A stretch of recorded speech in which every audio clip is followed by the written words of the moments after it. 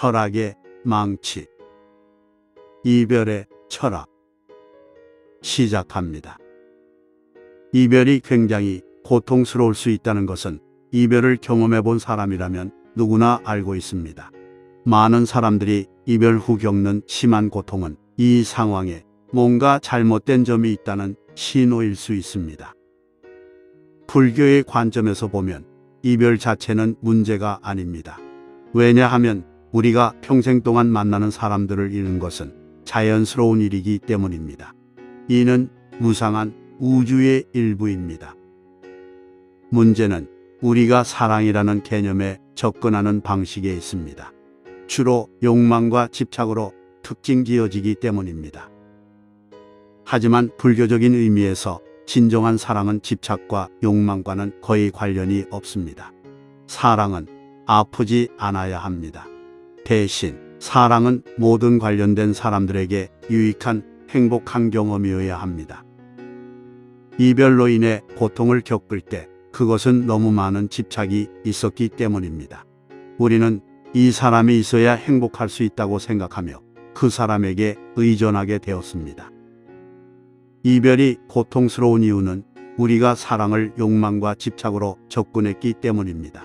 불교에서는 진정한 사랑이란 상대방의 행복을 바라는 마음에서 비롯되어야 한다고 말합니다.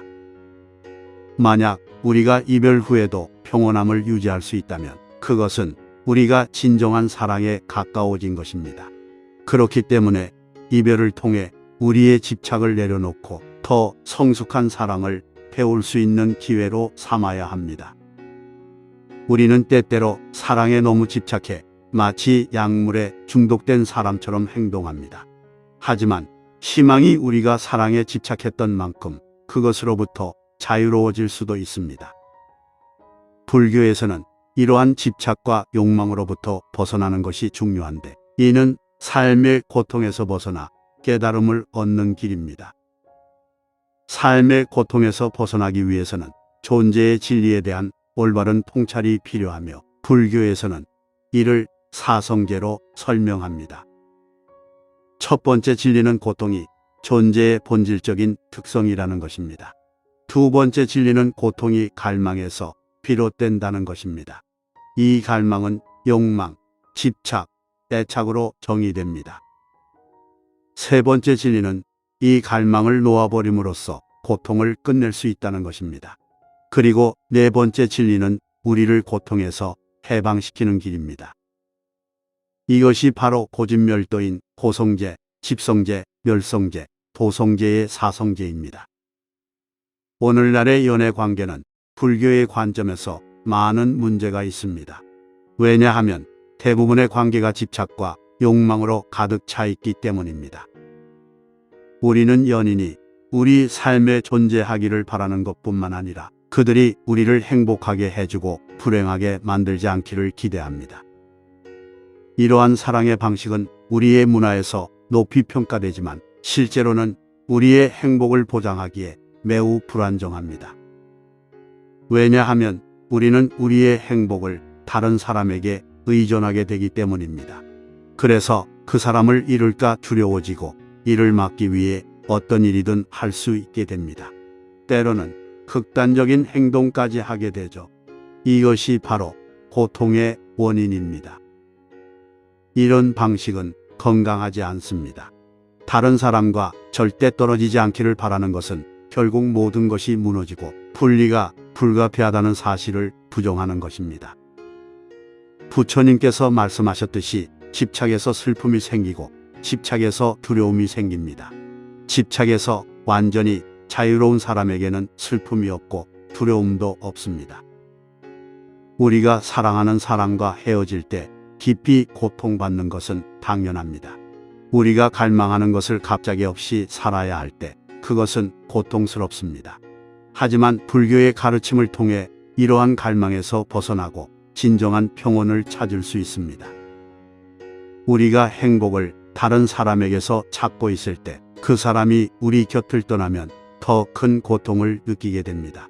하지만 좋은 소식은 우리가 이러한 갈망을 줄일 수 있다는 것입니다.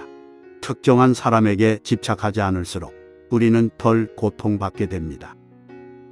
엄청난 슬픔을 겪고 있을 때, 특히 우리가 잃어버린 사람과의 화해가 유일한 해결책처럼 느껴질 때, 이를 받아들이기 어려울 수 있습니다.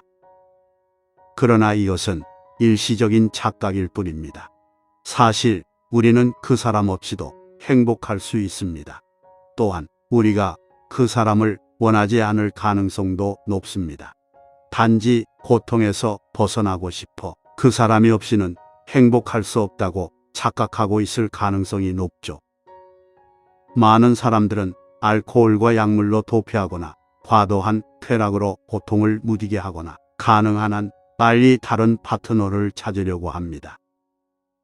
물론 이런 방법들이 잠시 동안 도움을 줄 수 있지만 본질적으로 이러한 행동들은 고통에서 도망치려는 시도에 불과합니다. 그리고 이러한 쾌락에 계속 빠져 있어야 하며 결국 고통을 줄이기 위해 더 많은 쾌락을 필요로 하게 됩니다. 이러한 행동은 중독과 같은 심각한 문제로 이어질 수 있으며 고통의 뿌리를 건드리지 못합니다.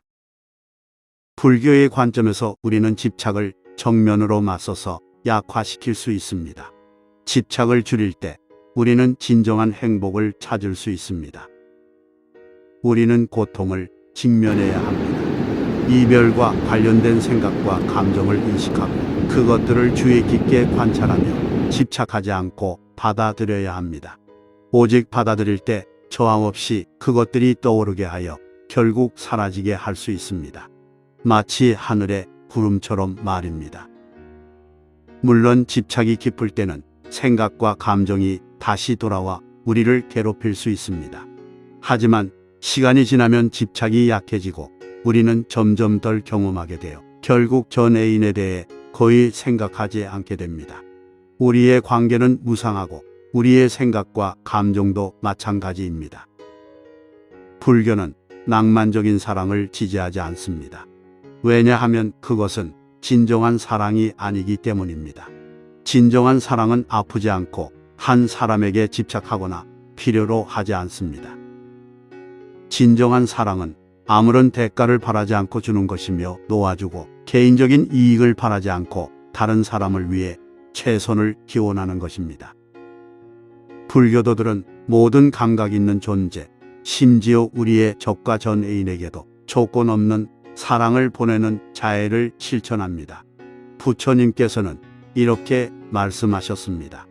위, 아래, 그리고 가로로 방해받지 않고 악의 없이 적이 없이 온 세상에 무한한 사랑을 방사하라. 우리 중 많은 사람들에게 특히 전 애인이 끔찍한 일을 저질렀을 때 그들이 행복하기를 바라는 것은 이상하게 느껴질 수 있습니다. 그러나 진정한 사랑은 조건 없이 모든 존재에게 보내는 것입니다. 전통적인 사랑과 관계의 추구는 때로는 파괴적일 수 있습니다. 그것은 조건적이며 쉽게 정으로 변할 수 있습니다. 사랑이 이렇게 쉽게 정으로 변할 수 있다면 그것이 정말 사랑이었을까요? 답은 간단합니다. 그것은 사랑이 아닙니다. 우리가 경험한 것은 욕망과 집착에 기반한 가짜 사랑입니다.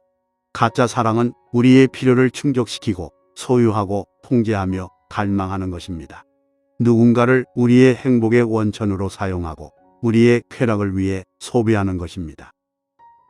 간단히 말해 진정한 사랑은 누군가가 행복하기를 바라는 것이고 가짜 사랑은 누군가가 우리를 행복하게 해주기를 바라는 것입니다. 고통스러운 이별은 오히려 축복으로 볼 수 있습니다. 그것은 우리를 강하고 건강하지 않은 집착에서 벗어나게 하고 혼자 있는 능력을 기를 수 있는 기회입니다. 혼자 있는 것에 만족하는 능력이 향상될수록 우리는 누군가를 필요로 하지 않고 사랑할 수 있게 됩니다.